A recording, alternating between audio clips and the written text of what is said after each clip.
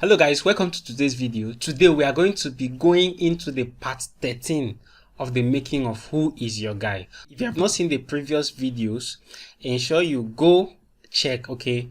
Just keep scrolling down. You are going to see, scroll down, yes, down. You are going to see the previous videos we have there. All right. In our previous video, we got to arrange the Who Is Your Guy on the mixer channel, where you got to balance the sound using the faders. All right, so today we are going to start adding the effects, the necessary effects that are needed. Now these mixings are not deep mixings. I kept saying these things, guys. Okay, everything we are simply doing here are just the basics. All right, I don't know when I'm going to start taking advanced courses or advanced classes. Okay, these are just the basic for the people who are just coming into music production world. All right, so let's go into the project and start mixing. Open up your FL Studio. All right, get to your project, open up your project. Guys, remember there is no magic here. Everything I'm doing here is something you can get out of your system. I did not use any third-party plugins. Okay, they are simply things you have if you have FL Studio installed on your system. All right, so let's check our mixer now. Okay, so we got to arrange all of this now. I will try as much as I can to do this mixing without using compressor. I might not necessarily compress this. All right, so I want us to start the mixing right now. So first thing we are going to start with is the kick. Solo the kick. Okay, of course in that kick we can see that there are frequencies we don't really need. Okay, so what we are going to do is to make sure that we take out the frequencies that are not needed in each of these sounds. Okay, so I'm going to start with the kick.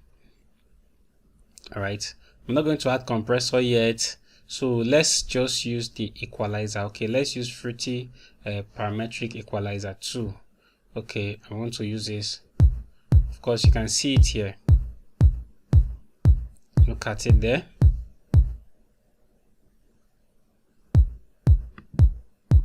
Okay, let me maximize it so you can see there. Of course, as good as this may sound, okay, there are frequencies we might need to take out. Okay, frequency like any frequency that is below 40 hertz. Okay, we are going to take them out. So take this back. Okay, it's still playing, so I just want the kick to keep playing on a continuous note. Okay, so let it get to the kick and let it continue. Of course you can hear that, so I want to take this out from 40 hertz. Okay, so what do you, I just want to use a high pass EQ there. Okay, high pass filter rather. All right, so of course I want to steep it all the way 4 to 4. All right, then click on it again, right click on it again, and then click on the type. Of course it is high pass I want. Okay, high pass. If you notice something, the sound has changed. If you did not notice it, go listen to it again. Listen to it again.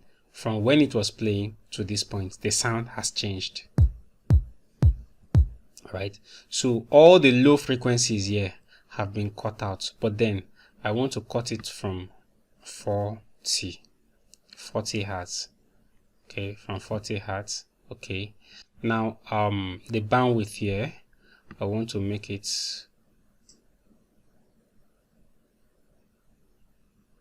a bit hard. Okay, so now if you want to do before and after, let's see before and after. This is before, this is after. Now I know what you may be saying, but it's not obvious now. One of the things that mixing you need to take note of in mixing is that you don't need to go all the way hard. Please take note of this.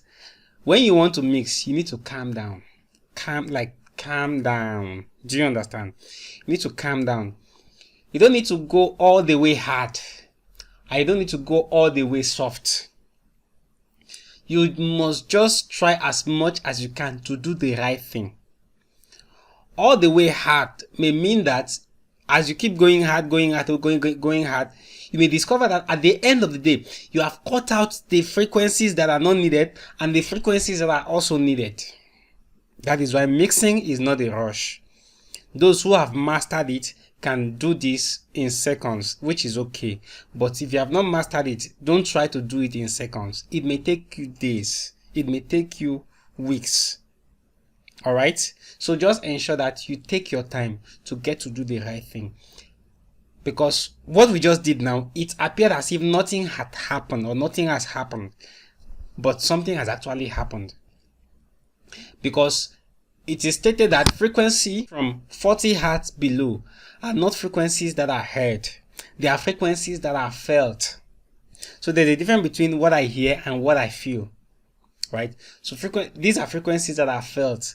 So you may not necessarily obviously hear the changes that has actually taken place or the change that has taken place, but the point is just that a change has taken place. Alright? So that is the thing there.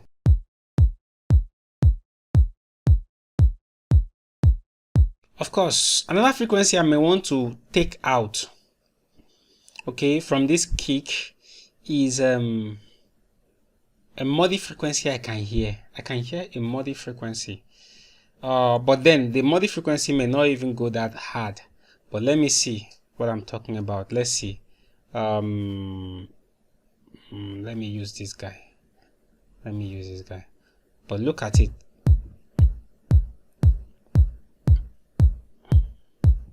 Is this guy. So right click. Yeah.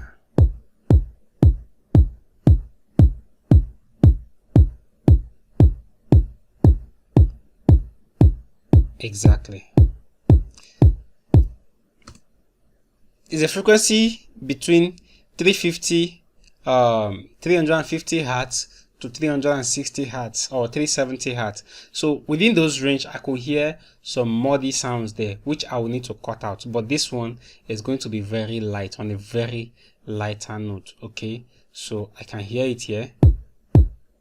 So I just want to make sure that I get to take it out. So you can come to the fader and drag it down, cut it out. But then another thing you may want to do, of course, the bandwidth, because you may not want to, I don't want to cut frequencies from this side.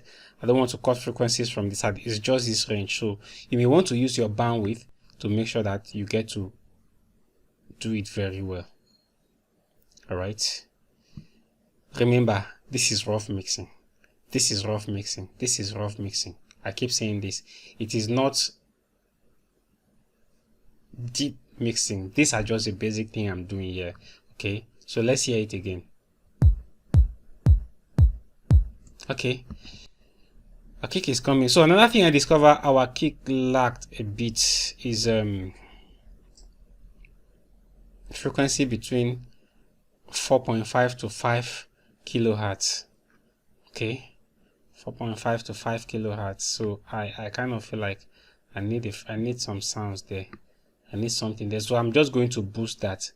Okay, I'm just going to boost that between 4.5 to 5 kilohertz. Now, you may be asking, P-Sam, how do you know this? Well, apart from being a music producer, I'm a sound engineer, so I work on mixing a lot. In fact, I mixed more than I produce. Yeah, so most of the projects that come to my studio are projects that require mixing, and mastering. So I get to do a whole lot of mixing and a whole lot of mastering. So just getting to hear sounds, I could get to hear, I can easily identify frequencies I might be needing and frequencies I don't need. All right. So that is just it on that. Let's listen to this again. Okay, I might need to boost this more. I need to boost it more and then increase the bandwidth. Yeah, more like that. So that gives my beat a little presence. Okay, that gives my beat a little presence there. Let's see this now, before and after.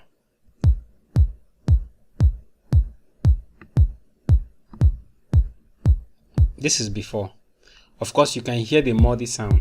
You can hear that it is not really that good. But now, after, you can hear the difference.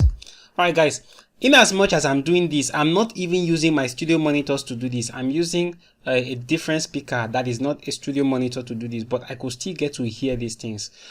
But remember guys, you may need to invest on equipment rather. All right, you may need to invest on equipment to make sure that you get you buy the right equipment that will enable and enhance your work. All right, so if I get to listen to this with my studio monitor, I might change my mind on some of the things I've done here. I might change my mind on, because okay fine, if the studio monitor translates this very well, it simply means I did the right thing. If my studio monitor, so I don't know, because some of you guys might be using your studio monitors to listen to this, in case it is not giving you the right sound. So don't blame me for that, because I'm not using studio monitor, but then I'm trying to make sure that we get to cut out some of the frequencies that are not needed. But with what I can hear from the speaker I'm using here, I kind of feel like okay, it is right, because this speaker I also use it to translate sounds to as well. When I'm done mixing, mastering here, I get to listen to it here as well, and many other speakers I use, okay, to get to listen to my work before I finally release them. Right, so it is sounding cool here, so I just believe that this will sound very well in your studio monitor as well, better than it was. Okay, so and if you feel okay fine, it is not really exactly up to point, you can get to tune it. If I use my studio monitor to listen to this, I may get to give it a little tweaking one way or the other. All right, so that is that on the kick. I want to leave the kick there, no compressor added. I don't think there's anything I need to compress there, so let me leave it like that there. All right, then the next thing, let's listen to the snare.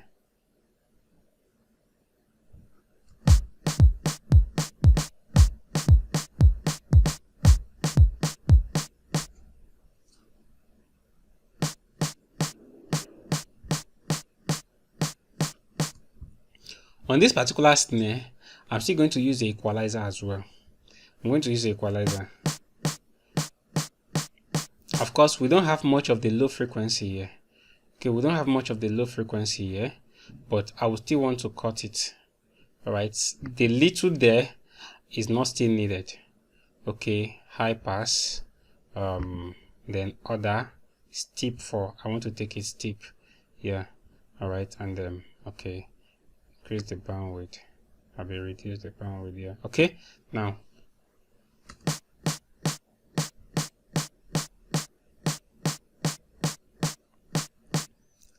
well, I remember that this particular snare is not alone, because it is accompanied with a rim. I'm using a rim somewhere there as well, so I might not want this guy to take all the space. All right, I might not want this guy to take all the space. I want to create space for the rim too as well. So what I want to do, I want to cut out, because it appeared to have so much presence. Okay, I want to cut out the presence. It has so much presence, so I will need to cut out the presence from 5 kilohertz there. All right, so I will need to cut out the presence there. Okay,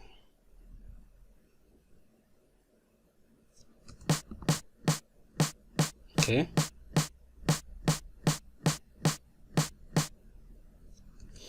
as well, I can see so many stuff here on this particular part too.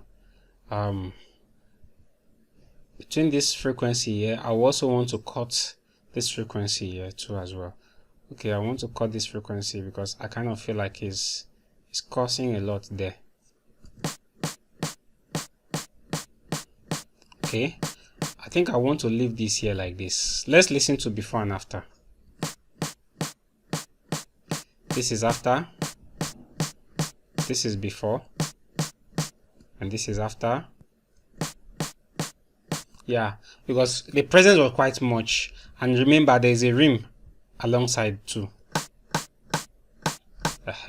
So I actually want the rim to have more presence than that snare. I just want the snare to be a kind of backup to it as well. So let's go to the rim now. Let's load up our EQ as well. Let's load up our EQ. You can see our rim does not really have these frequencies here. All right, but then I still like cutting. Let me just cut.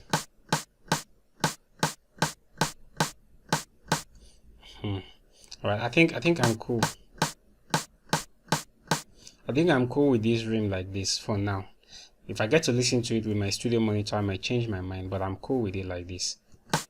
Okay.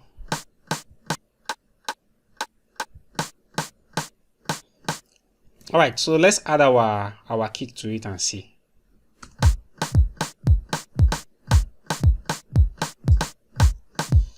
So we're getting there. So the next one I want to focus on is the shaker now.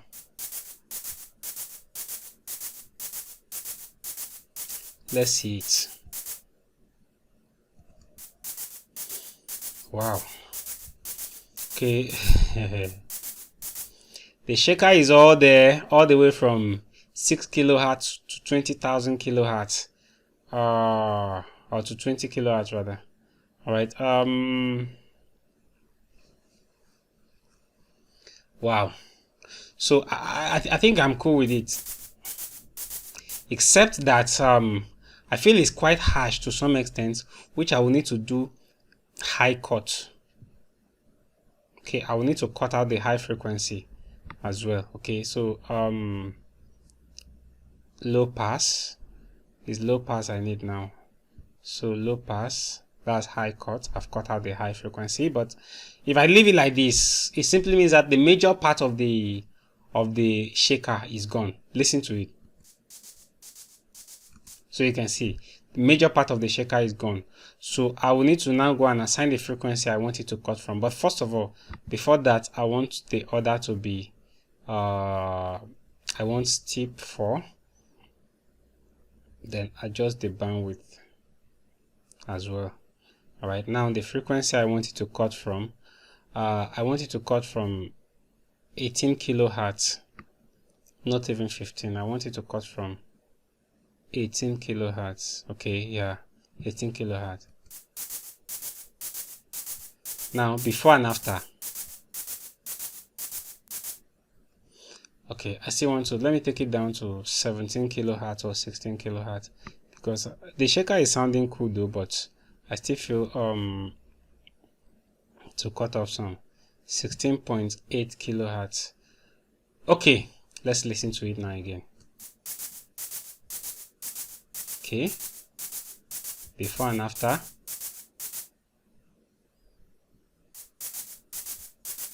This is before, and this is after. So yeah, there's a little change there. All right, so let's listen to it now and see.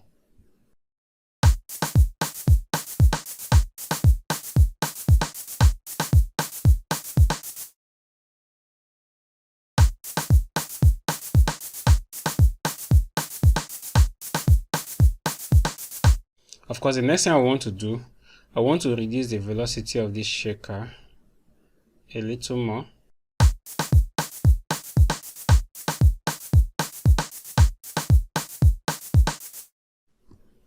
Okay, now the tom is the next thing we want to focus on. On this tom, I can hear it myself, that low frequency will need to be taken off. I can hear it already. Of course. So you will need to still go and take off the low frequency. But did I say I can hear it? I can hear it though. I can feel it and I can hear it. So step 4. Now you may wonder why I keep using step 4. It's not necessary you use step 4 too. Okay, sometimes I do use Gen 2, though not with Fruity Loops equalizer on my own third-party plugins. I don't go step sometimes. I do Gen 2 sometimes. Okay, so type, of course, it is high pass we want. High pass is the same thing as low cut. okay, meaning that you've cut the low. In case you might get to hear different terminologies, okay. If someone say that, okay, use high pass, it simply means that you've cut the low cut. So the high frequency is passed while the low frequency is cut. If it is low cut, also if it is high cut or low pass, so the high frequency is cut, the low frequency is passed. So in this case now, this is high pass, so all the frequency above the low is cut. Okay, so it's low cut here and high pass, the same thing. Of course, you want to use your bandwidth as well. Let's listen to it again. Okay, I still want to let me take it all the way to 50. Sorry, that's bandwidth I'm controlling. Let me take it to 50 kilohertz. I'll be 50 hertz rather. Yeah. Okay. I still want to cut some out. 50 something. That's 55 or 56. Yeah. I think I like it this way. Okay. I could see hear some mod sound there too as well, but not so much. Not so much. Let me see.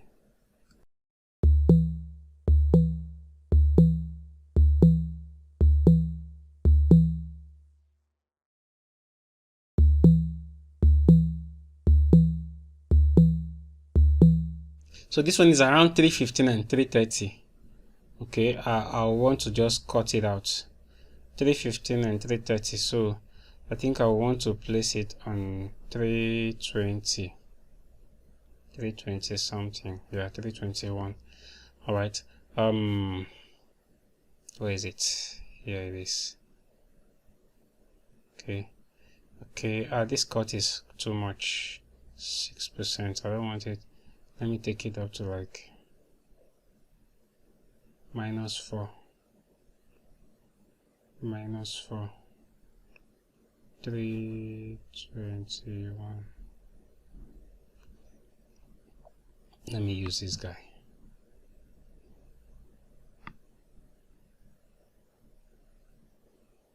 $23.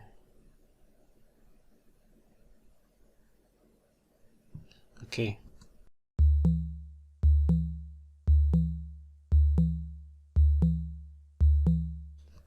Okay, so that's it. I want to push frequency here up. See, just from 3 kilohertz here upward. Okay, I want it up a bit, but how many percent is too much? 6%, 5.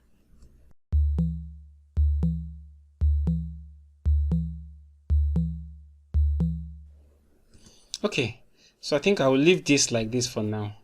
All right, so now let's play everything together and see on the drums now.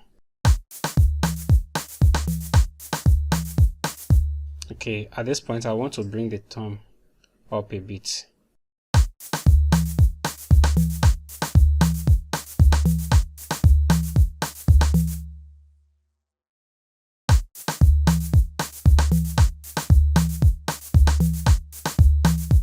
Alright guys, so this is how you get to mix. Of course you can hear the drums now. We have started mixing the drums and everything is falling in shape. Alright, so this is how mixing starts. Of course this is a drum. In our next video we are going to continue with the rest. I don't want this video to be too long, okay, so I just want to make sure that I cut it into session by sessions. Okay, so follow this through. If you have not subscribed, subscribe, share this video, like, okay, follow us, turn on the notification button, give us a thumbs up as well. All right, God bless you. See you in the next video.